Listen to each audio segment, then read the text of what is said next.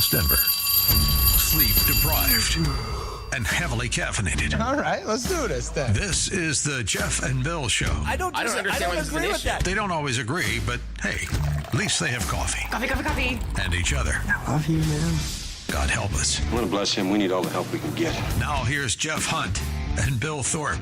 The Jeff and Bill Show on News Talk 710 KNUS.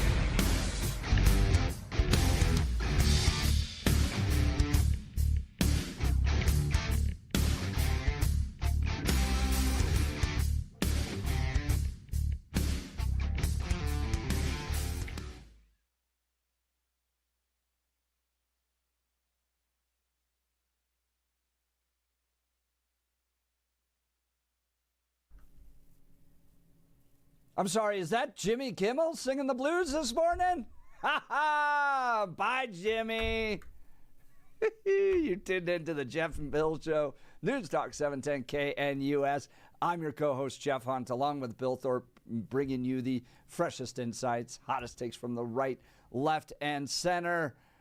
Jimmy Kimmel, show no more. Preempted.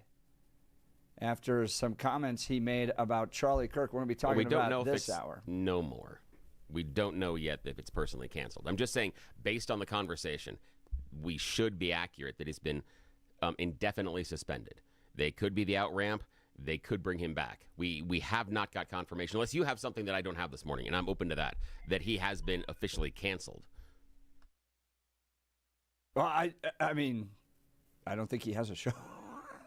Well, I mean, yeah, technically, I think there's that possibility he could come back, but he's done. He's done. ABC saying that they are polling Jimmy Kimmel indefinitely after offensive Charlie Kirk comments. We'll get to this hour. Also, why do you think people rioted after George Floyd, not the death of Charlie Kirk? What's the difference there? We'll get that in the 7 o'clock hour. The Federal Reserve cutting the rates, the interest rates by a quarter point. We'll discuss that in the 8 o'clock hour. And then we'll be joined by Brad Littlejohn, Director of Programs and Education at American Compass, to discuss an event coming up at the Centennial Institute in the 9 o'clock hour. So lots to cover.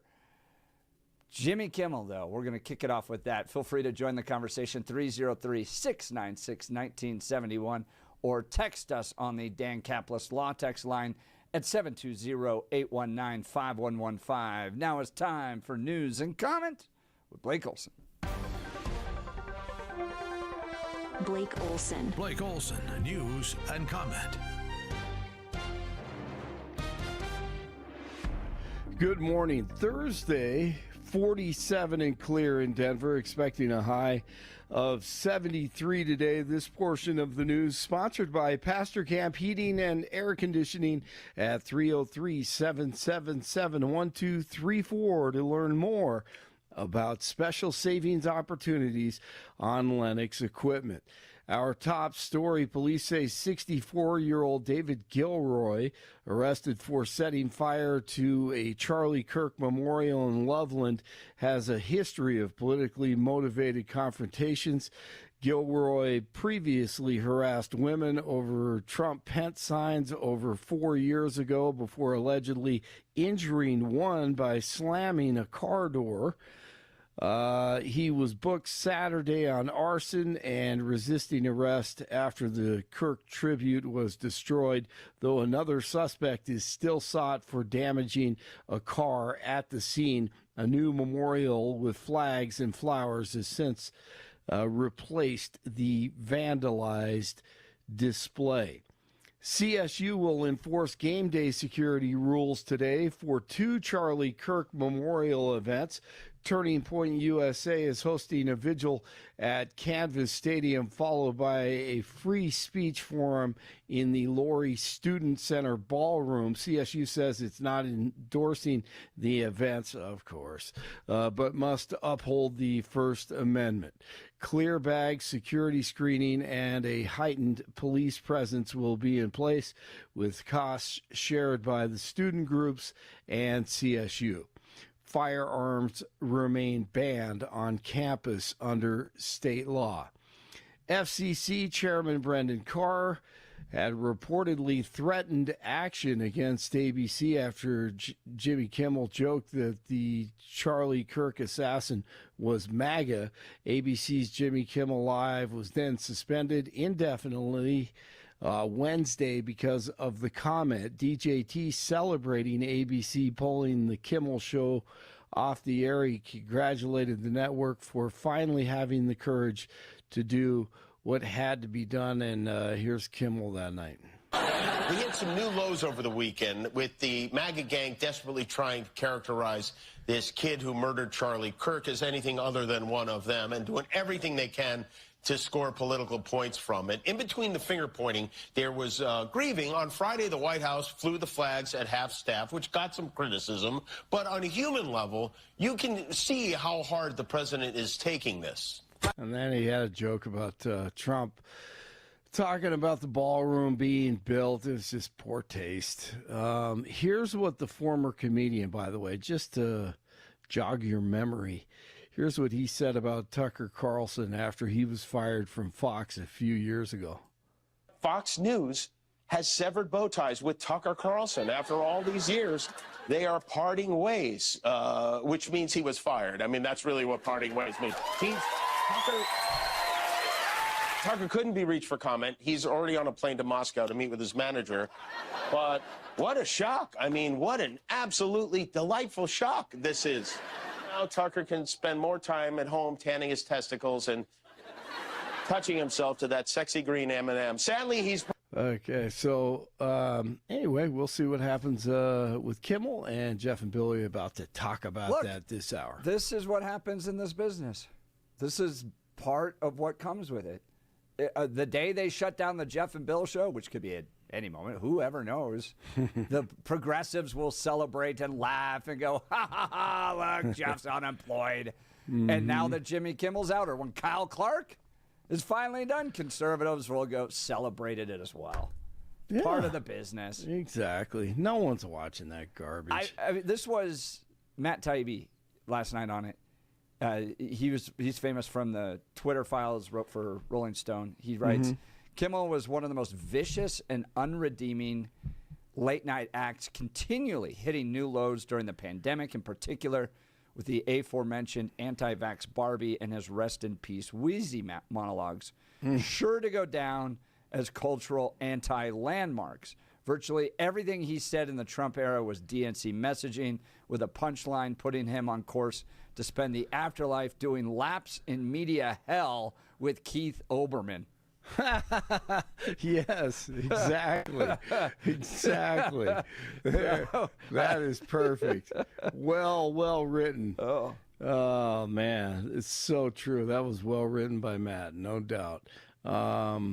He was likable when he was on the Man Show a long time ago, and funny. Pennsylvania morning, 3 police officers killed Wednesday while serving a warrant in York County with flags flying at half-staff across the state. Authorities clarified that the suspect was killed by police. Police and first responders are on the scene of a military helicopter crash near Olympia, Washington. The sheriff's office says it was advised that the military lost contact with the helicopter in the area.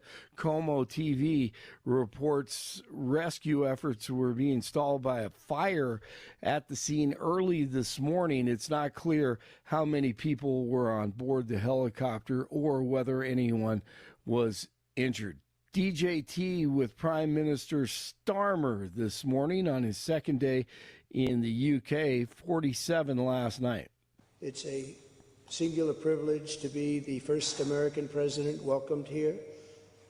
And if you think about it, it's a lot of presidents, and this was the second state visit, and that's the first, and maybe that's going to be the last time. I hope it is, actually. Florida has executed its 12th inmate of the year, a new record. 63-year-old triple murderer David Pittman died by lethal injection last night. And love her or hate her, for clicks or not for clicks, who knows? Anyone's guess, but Candace Owens isn't backing down. Says there's more going on with the Kirk murder than we know, and she doesn't trust what she's heard. That's, you know, Erica Kirk has been, you could see the energy. She's going to fight. She's going to fight, and she is going to fight on the good side, because every woman would know what her husband's going through. So I can't even imagine what it feels like experiencing this tragedy, having to come to terms with this tragedy, and then on top of it, having people that are outwardly lying. It's too much. It's too much. All right, we'll see. She's going to keep on digging into it.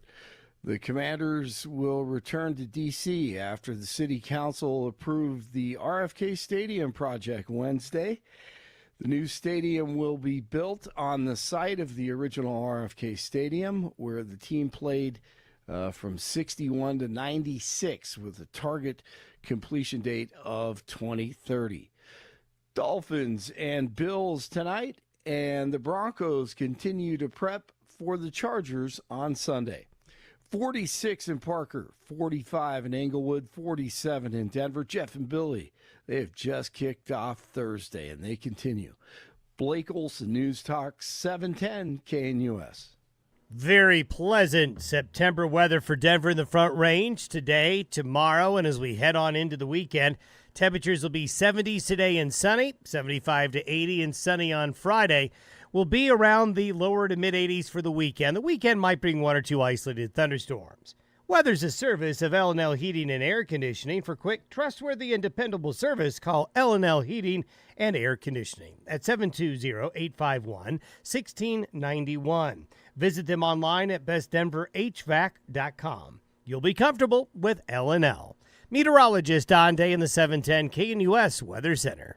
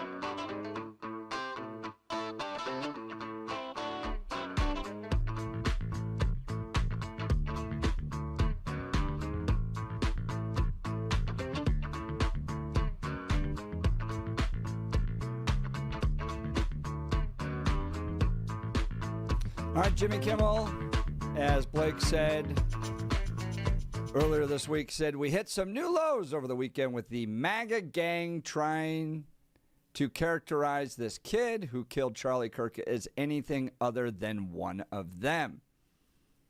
Now, ABC doesn't want to deal with him anymore. And this comes in part after the chairman of the FCC saying that we could do this the easy way or the hard way. Bill, you have been in the media industry long enough. You've watched plenty of people say things inappropriate, and I'm just waiting for that time to come here, because it just, when you're, you got there are people in the text messages cheering it. They're saying that I'm going to get us fired all the time. In fact, you talked with Blake about all the liberals celebrating. No, you don't see the text messages, the people celebrating the fact that they're hoping that every Monday it's going to be the day that I'm fired or that we're fired, that we're off the air. Oh, yeah, and those are conservatives. Those are proud MAGA people that are cheering for me to get fired every damn week. It happens Yes, even yes, in it does. entertainment. And it has nothing to do with politics, as oftentimes has to do with inappropriate content. You know, the not fact necessarily. that There are whole reasons. They hire you to fire you. That's it. There are whole reasons they'll kick you out. A whole large number of reasons that they'll throw you off the boat. So, right. So, whole number of them. Is it this great free speech violation that Jimmy Kimmel no longer has a job because he made inappropriate comments, and that this is Donald Trump being authoritarian? Or is this just par for the course in the business where you say inappropriate things, management doesn't want to deal with the headache, the loss of revenue that comes from advertisers heading out, so they send you packing? Let's go. I mean, let's go back to like the 1920s. Old classic, wonderful song. Begin at the begin. Let's begin at the beginning. I think the core question that we should answer first: are Kimmel's comments offensive? So that, I mean, just on your first blush for you, are Kimmel's comments when you had Blake play them, were you offended? Yes. Okay, how? Tell me. What was offensive about it? The assassination of a innocent young husband and father was being blamed upon, in my mind, him and the types of people that he worked with. And it was factually incorrect. So it was mean-spirited, it was political, and it was factually incorrect. Would you have the same critique for Elon Musk, who said the left are a bunch of murderers? I'm not exact, but that's what he said. Before there was a suspect, before we had a suspect or an arrest, was Elon Musk doing the same thing? No. Why not?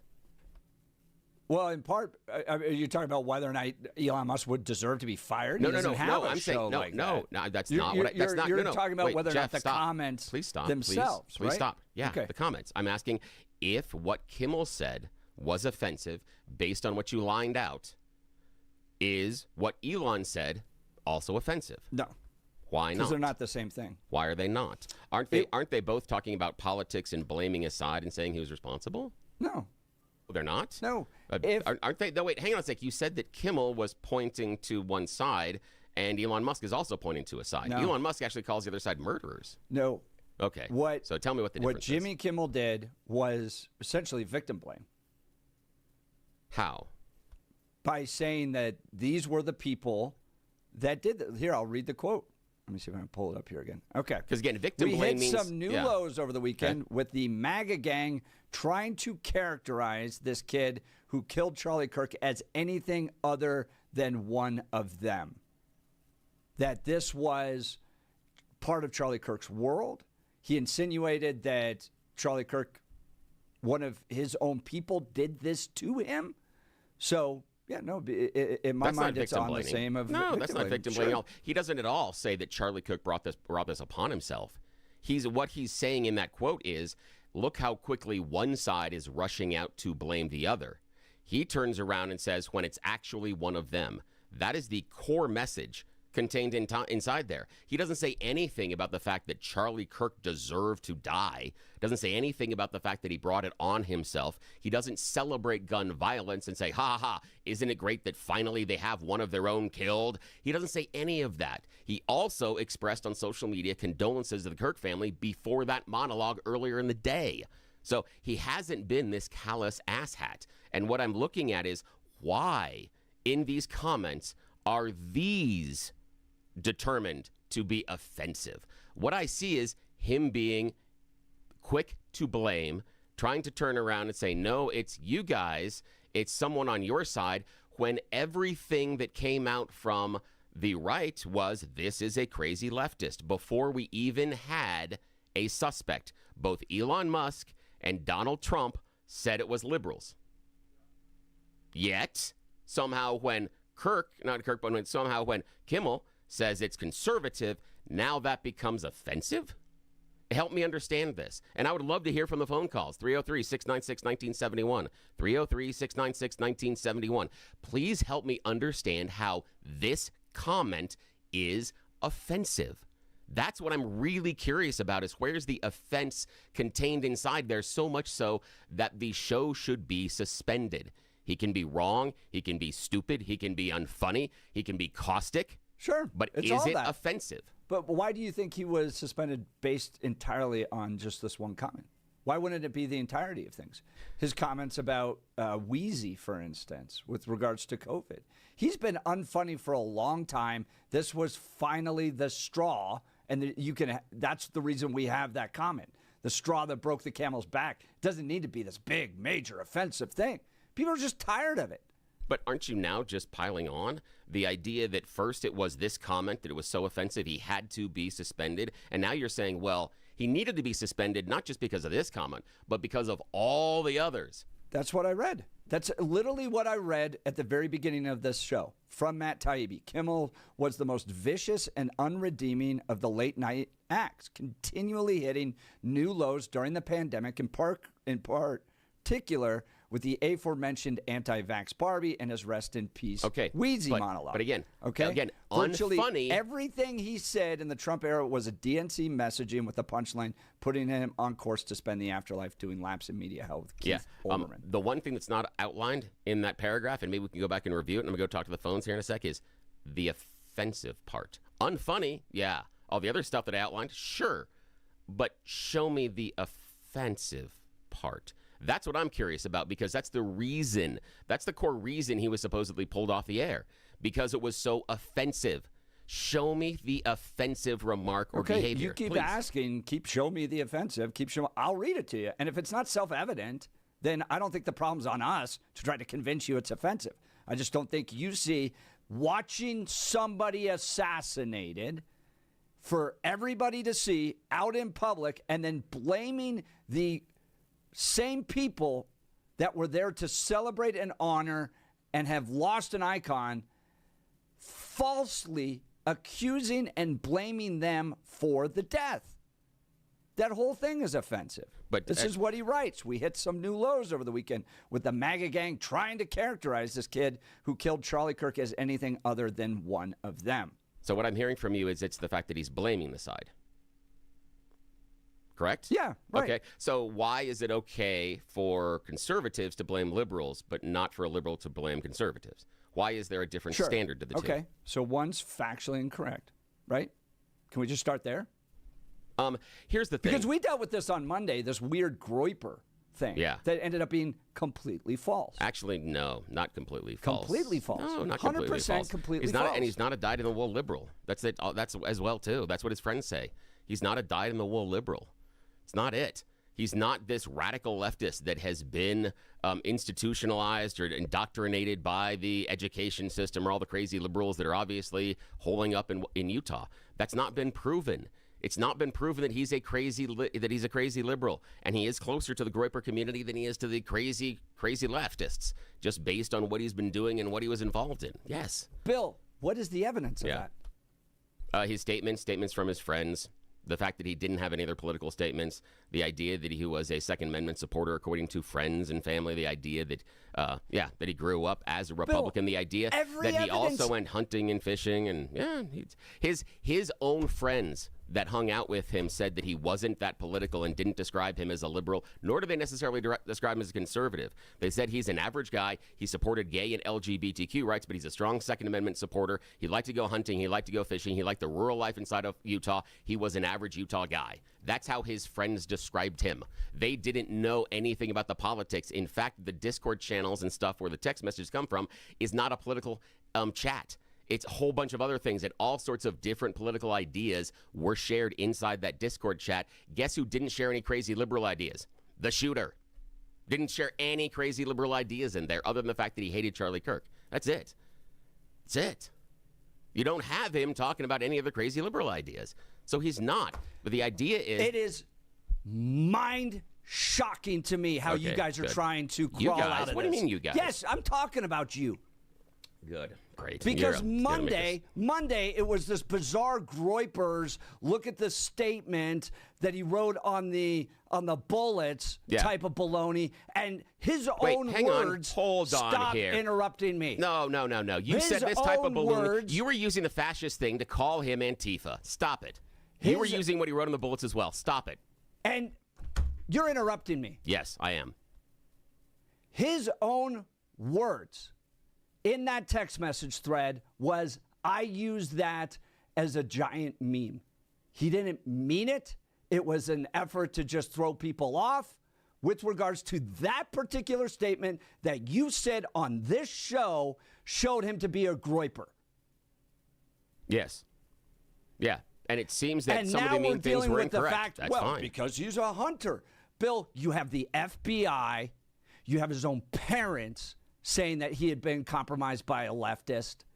I don't get this whole crawl out of this to somehow protect the liberal people from being affiliated with this shooter. I'm not trying to protect. I'm trying to be accurate. So tell me, did his parents, out of curiosity, did his parents know about his relationship with the person that is transitioning? Were they aware of it? I think so, yeah. No, they weren't. They weren't. And his friends said that. His friends said his parents didn't know about the relationship. So your argument is the parents didn't know their kid? Yeah. At least not as closely as they claim to. So when they said he's become more intrigued, more leftist, you're saying they're wrong? No, what I'm saying is they don't know him as well as his friends do. And his friends describe him differently. His friends describe that he hadn't told his parents about the relationship. There's a reporter that asked one of the friends, what do you think his parents would say and how would they react if he had told them? And the friend responded, I think he was having a hard time dealing with that as well. He doesn't know himself. That was the response. He hadn't talked to his parents about it. So his parents didn't know who he was dating. And you're telling me they know exactly his politics? Come on. Come Bill, on. On this show on Monday, you blamed Groypers. Yeah, based on the messages that were there. And you also were blaming Antifa based on the messages on the casings. And we were talking about the messages on the casings. Who was right? Neither one of us. No, I was. No, neither 100%. One of us. 100%. Hang on, wait, stop right there. You just said that all the messages on the bullet casings were memes. Nope, I didn't. Yes, you did. He said they're the big memes. One. Did you read the text messages? Yes, I did. I read all of them. Yes. Yes. What did he say about the fascist message? I don't remember off the top of my head. He didn't. He mentioned the one about the bulge, and he laughed that Fox would talk about it. No, he wanted to. And that was a throw-off as a meme. No, that's exactly what the messages say. No, it doesn't. It says that the messages on the bullets were memes, and he can't wait to see that message on Fox News because then he'll know. That's it. He said they were all memes. None of them were correct, and that's fine. Yeah, that's okay. That's fine. It doesn't make him a dyed-in-the-wool liberal. Doesn't. It doesn't. Not based on the information we have so far. Bill, the FBI, statements from the governor, statements from the parents, and we have people like you crawling over broken glass to somehow not attribute this to some leftist worldview. And you have Jimmy Kimmel, who is factually wrong. There's no evidence that this was some form of MAGA gang that was. He didn't say any MAGA gang. He didn't say any of that. He said one of their own, and that can be wrong. So is being wrong offensive? What? What? He was wrong, but is that the offense? The fact that he was just wrong about this, was that the offense? You think that he was just factually wrong? You don't think he was trying to be mean or demeaning or anything like that? No, not necessarily. I mean, a little bit demeaning, but hang on. When we're looking at all the other conversations that are happening on the other side, that seems to be like what we're doing, being mean and demeaning to both sides. I mean, Elon Musk came out and said that all the lefts are murderers. Without any proof at the time as far as a suspect. So I think the idea that we describe each other in mean and demeaning ways, yeah, it happens all the time. Happens on this show, happens on the text messages. People call me names all the time. Yep. Yeah. Yes, that's how we talk to each other. But I'm curious about, is this statement offensive? Is this it? Is this our bar for offense? Is it? And I think you are trying to justify the concern about firing him, hanging it on one single statement. Jimmy Kimmel, for months, years, had been offensive, had been unfunny. Nobody watched his show. His ratings were tanking. And there's a reason we say the statement, the straw that broke the camel's back. Not because the straw was this incredibly offensive, strong, demeaning statement. Sometimes it's just enough. We've had enough. ABC has had enough. They're done dealing with the guy. He's heading out. All right, let's get to the phone lines. Doug, Frederick. Good morning, Doug. You're on with Jeff and Bill. Morning. Morning. Can you hear me? Yeah, we got you. What's on your mind? Okay. I stopped the truck. I was going to give respect to it, but I had to get going. But anyway, if you can hear me, I appreciate it. Bill, I want to say a couple things. And I think you guys are right. Bill, you're the more liberal guy? Okay. Now, I've talked to you before. I talked to you about my my stepson who's transitioned. Oh yeah, yeah. I do remember. So I kind of have some insights into this a little bit, but I want to say this in defense of of what's going on here, I think that I would not. My mother-in-law, God bless her soul, used to always say, consider the source. Now, when I'm considering a source, I don't go to 18, 20, 22-year-olds to try to figure out what the guy was all about. I'm going to go to his parents or his pastor or his counselor. I'm going to go to the police from what reports they have. So I have to say that I think that the parents didn't want to know what he was doing, but they knew full well what he was doing, because a lot of parents, especially if they're very religious, do not want to accept the fact of what he was doing by having a person like this. And I don't mean it in a derogatory way, but, you know, society, they didn't want him, they didn't want to, you know, acknowledge that he was having an affair with someone who was transitioning. I think that's where that comes from. I think also with Jimmy Kimmel, and with Jimmy Kimmel, the format has to be looked at. This is given in a format of comedy. Do you really say such things to try to get people to laugh? So, and Jimmy Kimmel's guilty in that sense, because it's how we present something and where we present it. Seems we've lost any sense of civility and any sense of right and wrong and when and where we should say something. And that's coming from both sides of the aisle, not just the left or the right. Both. I would no more laugh at someone on the left being shot than I would someone on the right. I just think we've lost our sense of civility in this country. But I think this young man was troubled. I think he had guilt because of his religious upbringing. In a way, I feel bad for him for that, because he shouldn't have that guilt, the person transitioning either. So I think we all want to go out and blame everybody else when we should try to put some sort of civility in our own lives. You guys are arguing. You're both good men. This is just separating everybody. But I agree that this kid was troubled. Obviously, and I think he was coming down on the liberal side of things. He was a young guy. I was very liberal when I was young. Hey, Doug, according to the friends and family, Doug, according to the friends and family, he's a strong Second Amendment supporter. Is that liberal or conservative in your mind? Strong Second Amendment, that has nothing to do with it. I mean, my father was strong Second Amendment when I was young, and I was liberal. No, but was your father's strong Second Amendment? Was he conservative or liberal?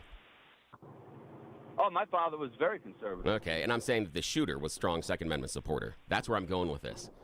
That's where I'm going with this, Doug. And yeah. Well, yeah. When I was young, I went hunting with my father. I know, but Doug, his family and friends say that he's a strong Second Amendment supporter. What I'm saying is that he doesn't wear a jacket that is neatly tailored to either side. That's my point here, because he has a foot in both worlds. He seems to have support for gay and LGBTQ causes, and also have support for many conservative causes, one of which being Second Amendment. And that's according to his friends. And I understand you're saying, well, do the parents know the best? But hang on. If his parents, according to the friends, didn't know about the relationship, do we then assume the parents know best? You're assuming the parents knew, but we have no information that they did. Bill, I just put in Tyler Robinson's Second Amendment. There's not a single news article about that. Not one. I can give you the source. I can give you the source reporting if you wish. I will pull it up. Please, I would love that, because it's not here. There's not one single news article that said he was a Second Amendment supporter. Bill. Yes. Yeah, Doug. Bill, can I throw one thing in here? A couple things. Sure. And this goes for both sides of the aisle. Two things come to mind. My grandmother used to always say, you can draw a horse to water, but you can't make it drink. And there's none so blind as those who refuse to see. And it seems as though we no longer try to take things as evidentiary and try to build the facts from that. We want to come down on either side of the aisle, but I'll be honest with you, this is happening far more on the left than it is on the right. And I'm not saying either side's innocent, but it seems to me that a lot of what we're seeing in the violence in society is coming from the left. And I say that with a transgender stepson of my own. Hey, Doug, just to throw this in there, and I would defend him to the death. Doug, are you aware of what? Are you aware of what Brian Kilmeade said about homeless people last week on Fox and Friends? No, I didn't. Okay. But I know take a look. I know what Stephen King said. Yeah, Stephen King, and this affected my stepson. Stephen King said that Charlie Kirk wanted to stone gay people to death. Charlie Kirk never said that. Did you see that Stephen King just got a book deal Charlie, withdrawn from the Charlie big Kirk, companies? there is a conversation in which Charlie Kirk refers to gay people being stoned to death, and he calls it God's perfect law, does some other stuff. But I don't believe, based on viewing that conversation, that he was advocating for gay people to be stoned to death. I think that everybody that is saying that is misinterpreting it. What he is doing, it in a historical context. No. What I believe he was doing, based on the conversation, is he was talking about interpretation of the Bible and how we can use things to bend God's law and to make it mean different things. I think he was talking about interpretation and context. I don't think he was meaning, hey, this is what we should do. Yes. I think all the liberals that have run out there and said Charlie Kirk said this, I think they have intentionally misrepresented what he said. Because you know what I did? I saw that. You know what I did, Doug? I went and looked. What's that? I went and looked. I went and I found the source. I read it, and then I watched the videos. And I sat there Bill, about what I'm going to do. That's it, man.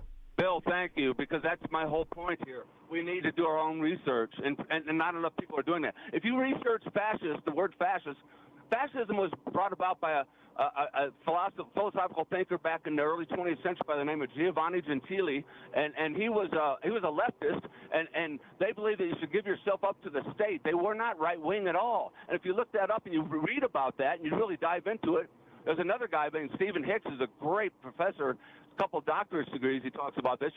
We can educate ourselves, and so thank you, Bill. That's what we need to do. But anybody that's interested, look at the history of fascism and what it really is. It comes from the left. It means giving yourself up to the state. Doug, appreciate the call. We got to get to a thanks for the break. call. We'll continue. You're listening to the Jeff and Bill Show. This is Denver's Talk Leader, News Talk 710, KNUS.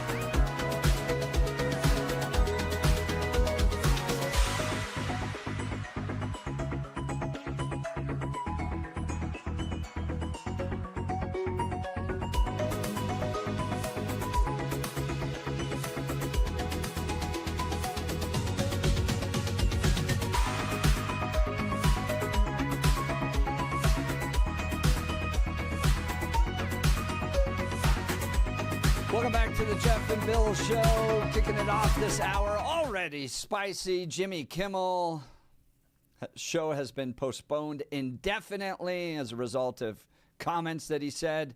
Here's what he said that really was the straw that broke the camel's back. We hit some new lows over the weekend with the MAGA crowd trying to characterize this kid who killed Charlie Kirk as anything other than one of them. Is it the most offensive thing he said? No. Is it factually incorrect? Yes. Does it deserve to be in a comedy monologue? No. But I think ABC was just done with him and this is what finally sent him packing. Is this evidence that Donald Trump is an authoritarian wielding the FCC to censor free speech? Or is this just a private company that's had enough of one of their employees? Happens in media all the time. What do you think? Let's go to Chris in Lakewood. Good morning, Chris. You're on with Jeff and Bill. Morning. How's it going? It's been a while since I talked to you guys. I just wanted to touch on two things. One, in regards to the shooter, I mean, we have to remember he was, 20, in his early 20s. I went from being a Bernie Sanders supporter in upstate New York because I was, in college, and everybody just thinks differently at different ages, right?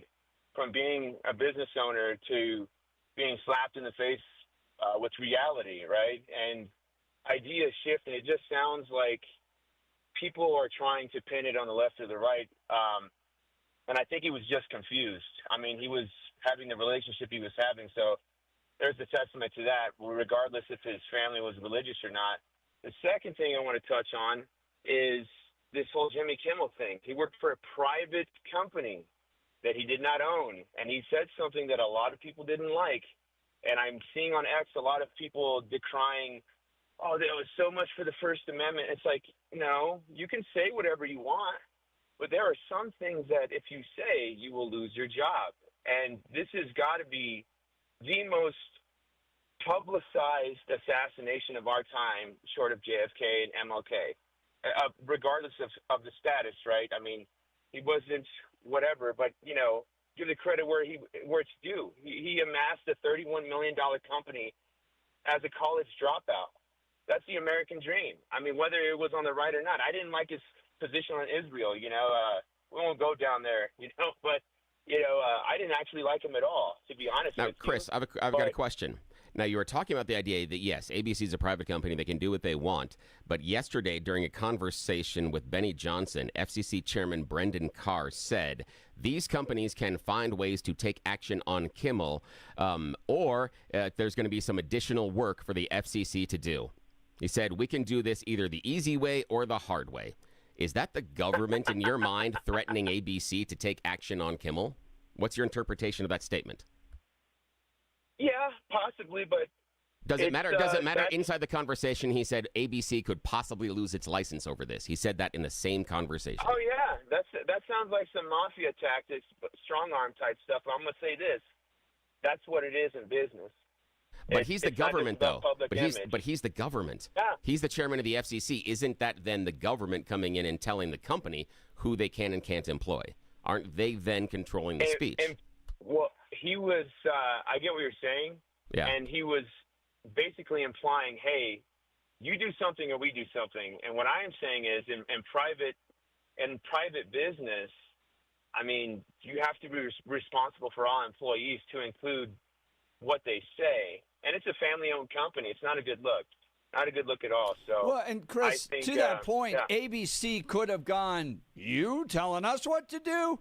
Go and pound sand, Trump administration. They looked at Jimmy Kimmel. They looked at his ratings. They looked at the constant headache of having to deal with the guy. There's an old saying that sales cures all. If this guy was pulling in the revenue, if things were going great, ABC would have gone to the mat to defend him. But it's the totality of the issue. They were tired of dealing with him. The FCC is going, hey, we have some leverage here. We'll bring it to the fight if you want. And ABC just said, we're done with the guy. We're moving forward. Yep. Too bad. So sad. I don't think we're really missing anything. I don't think we live in a fascist country yet. I mean, unless you have a lot of money. So. But anyways, thank you for the opportunity. And remember, fascism is the absence of the rule of law. So that still applies to you and I, unfortunately. Hey, thanks, Chris. Have a good day. Chris from Lakewood, appreciate the call. All right, we'll continue. We got You Choose the News coming up. You're listening to The Jeff and Bill Show. This is Denver's Talk Leader News Talk 710 KNUS.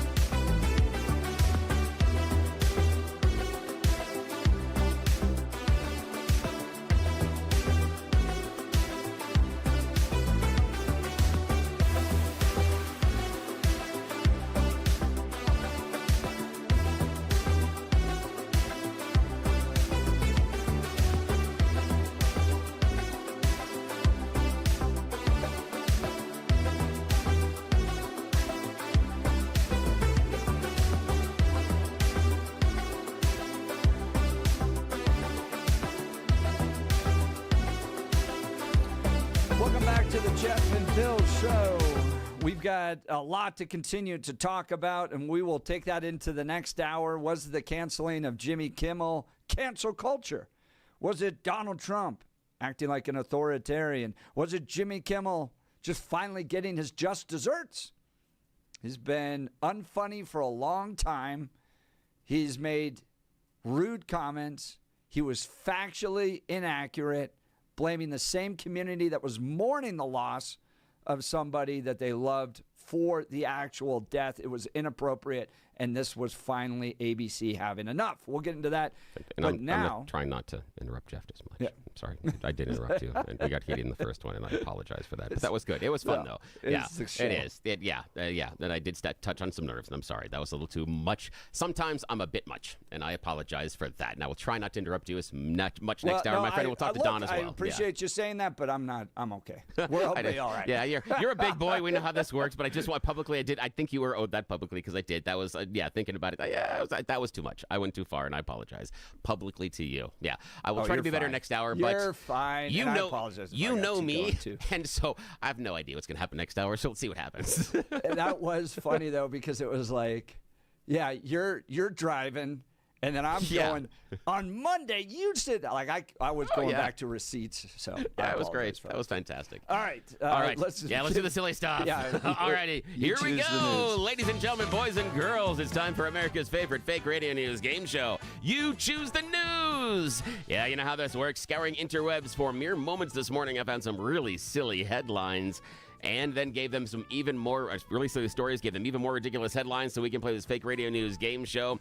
Yes, as always, we bring in Blake Olson from the news department because we need a patsy. I mean, another contestant, because if this thing goes south and the people that are in charge wake up early and realize what we're doing with valuable KNUS airtime in the 6 o'clock hour, somebody's getting suspended, and we're hoping it's Blake. I sure we didn't hear me say that, so sorry about that. Okay, now, here we go. Thank you, sir. Appreciate that. Okay, gentlemen, here are your headline choices this morning. Headline number 1, follow the rules. Headline number 2, pay up, suckers. Headline number 3, predicting the future. And headline number 4, shh, quiet. Let's start with following the rules. Yeah, we need to follow the rules. You know, we know the rules of Senior Rehab Center Fight Club. You don't talk about Senior Rehab Center Fight Club. Recently, an 89-year-old woman living at a senior housing facility in Brooklyn was bludgeoned to death by a wheelchair by a fellow resident. Now, the resident does have dementia. Police sources say Nina Korostov was killed this past weekend when an argument broke out between two women at the Seagate Rehabilitation and Nursing Center in Brooklyn. The attack happened steps away from the beach that is inside the nursing center. There's a beach inside the nursing center, just so you know that. And there's nurses all the way around there, but they didn't hear the attack going on. The elderly victim was struck repeatedly over the head with a piece of metal of the chair by a 95-year-old with dementia. Again, the 95-year-old with the dementia was able to lift the wheelchair and then pound the crap out of somebody with it. Yes. That is incredible. Now, the other part is that the 95-year-old suspect not facing charges because of her cognitive condition. Authorities close to the investigation say because of dementia, she may not be responsible for her actions. You sure this didn't happen in Colorado? I know. I was hoping you were going to go there, my friend. And that was a part of the story I went, this seems familiar. Okay, Blake Olson. Pay up, suckers. Predicting the future or shh, quiet. Pay up, suckers. Yeah, pay up, suckers. That's what Live Nation CEO Michael Rapino said. Okay, that might be my interpretation, but recently he was speaking at Smith Entertainment Group at the Sport Boardroom Game Plan for the Smith Entertainment Group. Sorry, that's where he was speaking. And he said it's unmistakable. The demand for concert tickets is amazing. According to Goldman Sachs, the live music industry is expected to grow at over 7% compounded annual rate through 2030. That's incredible because your wages aren't going up that much. Now, Rapino emphasized how the economics of music have shifted. Streaming revenue is now dwarfed by touring income. He says an artist needs to make 98% of their money from the show. That's what we just did on Beyonce's tour, giving him a big pat on the back. Despite headlines about rising ticket prices, he said, no, they are still way, way, way too cheap. You guys are going to concerts for cheap right now, suckers. He said, look at sports. He goes, in sports, and this is an actual quote from the CEO of Live Nation, just to understand where he's coming from. In sports, it's like a badge of honor to spend $70,000 to sit courtside at the Knicks games. When you read about ticket prices going up, hey, there's still an average concert price of $72. Not for Live Nation concerts. Try going to a Laker game for that. There's 80 of those in a season, you suckers. Yeah. Okay. Take that. Yeah, exactly. He's saying that concert tickets are way undervalued and we should all be paying more. Because he says it's a badge of honor when you pay $70,000 to sit courtside at a basketball game. That's what we need to genius. do. Yes. The idea that it is a badge of honor that they fleece us for so much money to go see the show. Look how much they took advantage of me. I am such a sucker. And we do this with all the television available to watch as well. So, like, I cannot watch. I guess you could watch like a Taylor Swift. I think she's something on Disney, but yeah, she does. Yeah, you can't watch her show in Denver, for instance, on television. No, and it makes even more sense with Blake being the sports guy. Try to find NFL games. Sometimes Prime, sometimes they're Netflix one, sometimes they're on broadcast TV, sometimes they're on ESPN. It's so bad. Yes, it is. It's ridiculous for old jokers like me. It is. It is. In fact, the NBA, I think they talked about the fact that it's going to take you 4 separate streaming services to subscribe to if you want to watch all of your team's home games. 4. And that's over $250 is going to cost you. Right. I can't. Yeah, tell me again about those high costs of cable. God love y'all that can do and go to those shows all the time. That ain't me. The beautiful days of the old TV where you just had 3 channels. And you knew that there would be 2 NFL games on at least 3 of the channels. Oh yes, that was fantastic. Yes, and you got really good at that click, click, click, click, click, going back and forth. So you wouldn't miss anything. Yeah. And then when you got the electronic remote, you're like, it's not switching fast enough. Yeah. Yes. Yeah. Or if you're old like me, the dial. It was literally a dial. Yes. And we'd rotate in the family who would get up there and turn the dial. My parents early on got a remote control TV. It just was me. I had to get up and change the channel, and Dad told me to. All righty. That's awesome. Final choice, Jeff. Predicting the future is quiet. Shh, quiet. Shh, quiet. This week, a French airliner was forced to circle for over an hour over Corsica while ground staff tried to wake the only air traffic controller on duty. Yes, it was late at night. Only one guy was on duty, and he fell sleepy. It's a barricaded door, so they had to break through it with the fire department and stuff to wake him up. And then they turned on the lights, but they circled for an hour waiting to land. Yeah, because he had nappy time. All right, that's the end of your Choose the News. Back to you. Oh, my goodness. You're listening to The Jeff and Bill Show. This is Denver's Talk Leader, News Talk 710 KNUS.